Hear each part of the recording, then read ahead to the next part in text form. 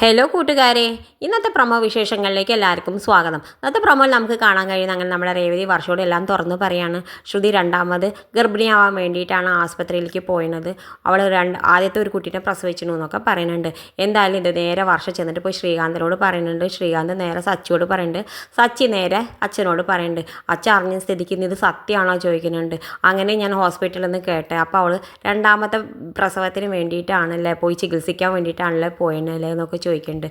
അതെ അച്ഛാന്ന് പറയുന്നുണ്ട്. വേഗം രവി ചെന്നിട്ട് ചന്ദ്രനോട് പറയുന്നുണ്ട്. ചന്ദ്രൻ പറയുന്നത് നിങ്ങൾ എന്താ രവി ഏട്ടാ പറയണതെന്നൊക്കെ ചോദിക്കുന്നുണ്ട്. അതെ, അവൾ രണ്ടാമത് ഗർഭിണിയാവാൻ വേണ്ടിയിട്ടാണ് അത്ര. അപ്പം അതിൻ്റെ അർത്ഥം അവൾ ആദ്യം പ്രസവിച്ചിരുന്നു എന്നല്ല. ഞാൻ എന്തായാലും അവളെ കള്ളത്തരം വെറുതെ വിടില്ല. ഞാൻ എന്തായാലും അവിടെ പോയി ചോദിക്കട്ടെ എന്ന് പറഞ്ഞിട്ട് പോയി ചോദിക്കുന്നുണ്ട്. ശ്രുതി എന്ന് വിളിക്കുന്നുണ്ട്. ശ്രുതി താഴെ ഇറങ്ങി വരുന്നുണ്ട്. നീ ഇങ്ങോട്ട് വരണോ അതോ ഞാൻ അങ്ങോട്ട് വരണോ എന്നൊക്കെ ചോദിക്കുന്നുണ്ട്. എന്തായാലും ശ്രുതി താഴത്തേക്ക് വരുന്നുണ്ട്. എന്നിട്ട് ശ്രുതിയോട് ചോദിക്കുന്നുണ്ട്, നീ എന്താണ് ഇങ്ങനത്തെ ഒരു പെണ്ണായത്? നീ ഇത്ര വൃത്തികെട്ട പെണ്ണാണ്, നീ ആരാണെന്ന് ചോദിക്കുന്നുണ്ട്. ആ സമയത്ത് ശ്രുതി പറയുന്നുണ്ട്, അമ്മ എന്താ ഉറക്കപ്പിച്ചെന്ന് എണീറ്റ് വരികയാണോ? ഇത് എൻ്റെ ഭാര്യ ശ്രുതി, നീയും നിൻ്റെ ഒരു ശ്രുതിയും പറഞ്ഞിട്ട് അവനെ ഉന്തിയിട്ടുണ്ട്. അവൻ വേഗം വീഴാനൊക്കെ പോകുന്നുണ്ട്.